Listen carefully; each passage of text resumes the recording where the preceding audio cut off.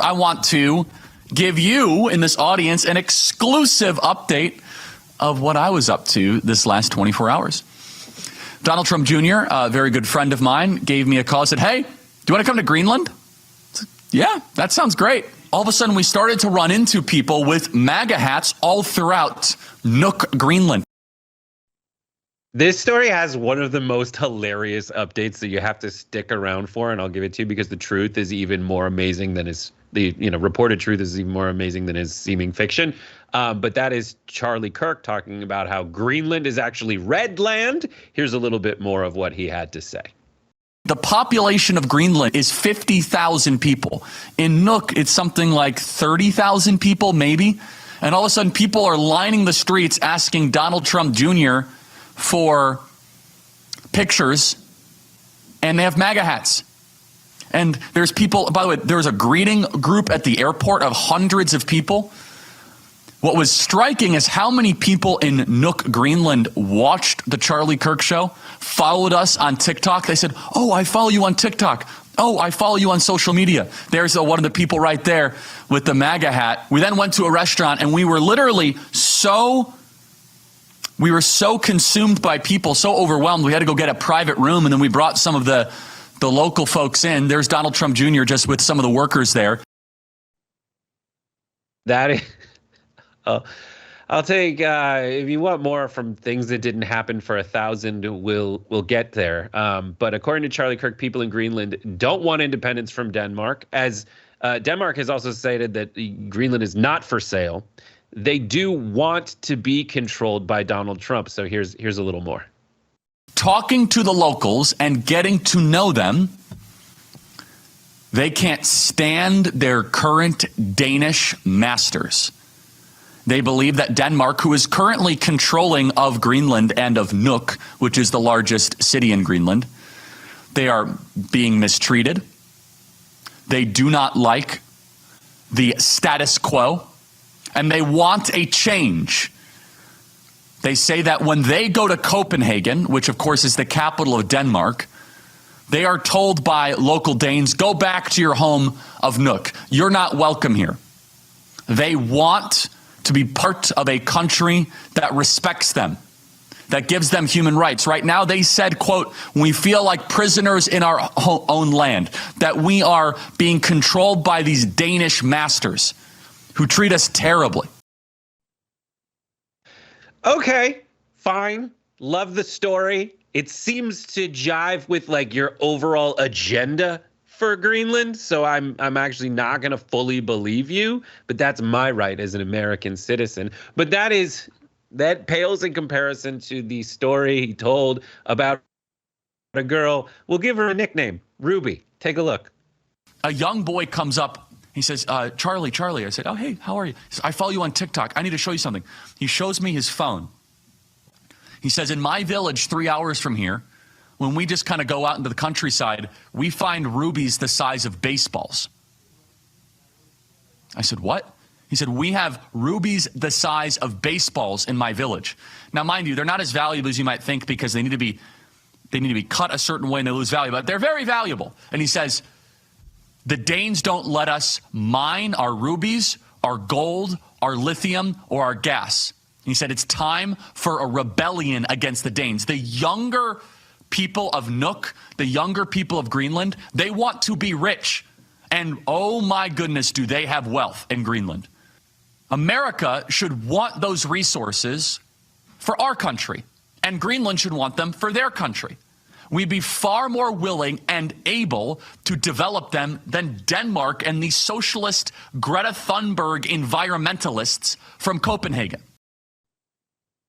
So I met this kid who showed me baseball-sized rubies. Also, my girlfriend doesn't go here. She moved to Canada, but I lost my virginity when I was 14 to her. So, but you won't meet her because she's in Canada right now. Like that's a lot of that energy. We'll tell you the update on this in a second. But Cenk, overall reaction to all this that's going on. All right, I'm going to break it down in parts. So since the internet believes that Charlie's my best friend, let's start out with agreements, okay? Then we'll have a beer. So first off, do I believe that there are people who watch this show in Greenland? Yeah, of course. And so that's not that big a deal. Do I believe that there's right-wingers in Greenland?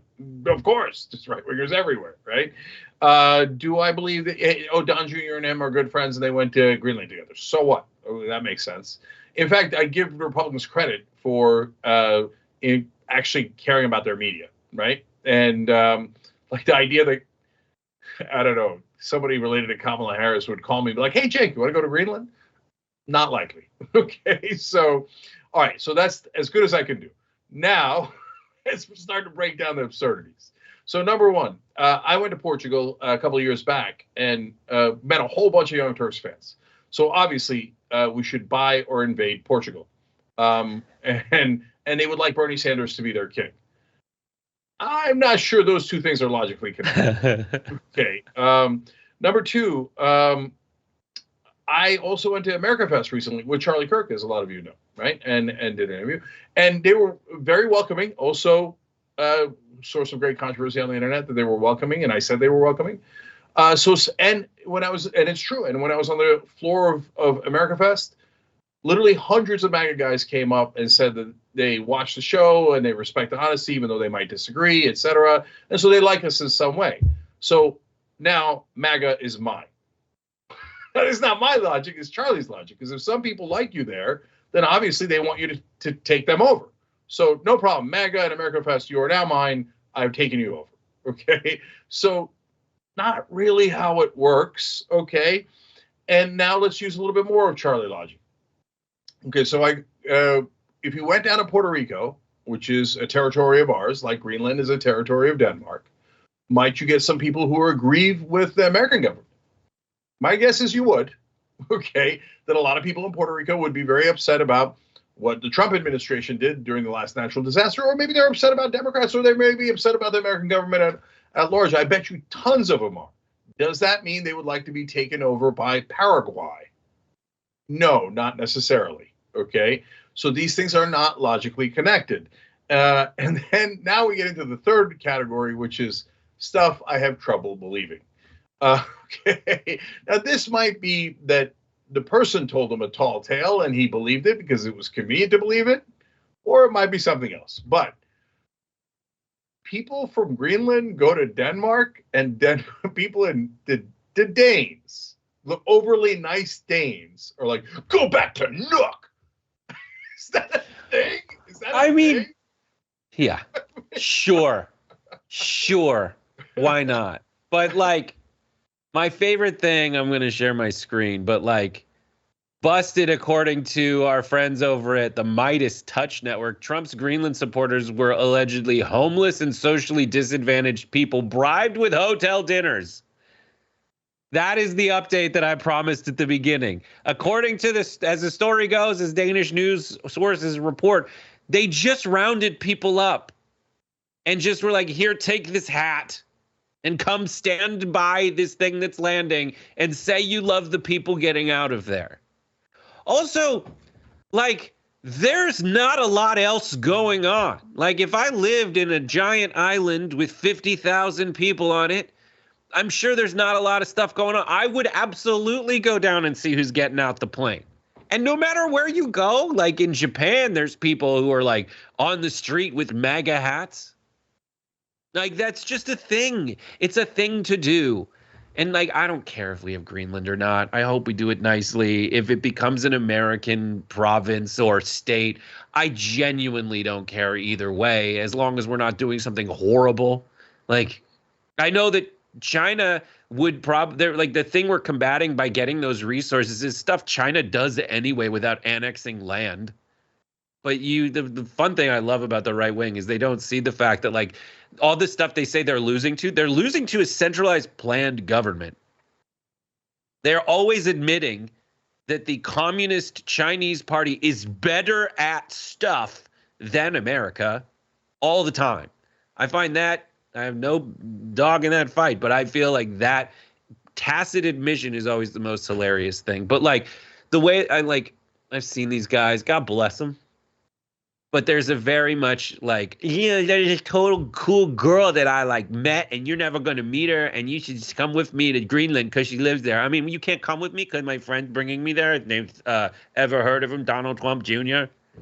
Like, there's a lot of that energy, and it's like, I don't know. They always talk about like the disadvantaged, like disenchanted white incel dude, but it's like their way to treat it, to kind of groom this guy, is not to say like, hey, why don't you listen to people and communicate with them and connect with them and build real relationships. It's just like, just nag them until they break down and finally settle for you. That's the energy of the right's entire social media ecosphere. And the thing is, it's because they're rich as hell. Someone backs up a Brinks truck with $30 million a year and dumps it on them and just says, hey, keep writing her Valentines. And that's how they I mean, I've seen it. Like, before you got up there at AmFest, I saw the speech where like that cop was talking and they had these dudes come up and it was like, bro, like, I wish that there needs to be a way to communicate to you that like the answer to why girls don't date you is not because you're not listening to these schmuckos enough. Okay. Anyways, that's just a rant, but okay, that's my take. It was kind of a curveball, but okay. So there's a whole bunch of things that I love in this story. I want to keep going, and because there's one great irony in this story, and hypocrisy that we didn't even get to. Okay, so like if I show up in the middle of Peru and there's a whole bunch of people wearing Field of Burn shirts with Bernie's picture on it, I'd be like, that's an awfully strange coincidence. Like, so like a little note of caution if you see that, like, I wonder if this is organic or slightly manufactured, right? At a bare minimum. So, and then when they come up to me and tell me, we are so tired of our Danish masters. Come on, really? Doesn't it seem a little over the top? The Danes? I mean, back in the day when they were Vikings, yeah, I could believe it. But these days, like, I'm having trouble believing that of their visceral anti-Nuuk hatred, right? That the Danes apparently have. Then when you get to the rubies, the baseball-sized rubies, come on, brother. Come on, right? Oh, yeah, I have a rubies, a baseball-sized ruby, but, or...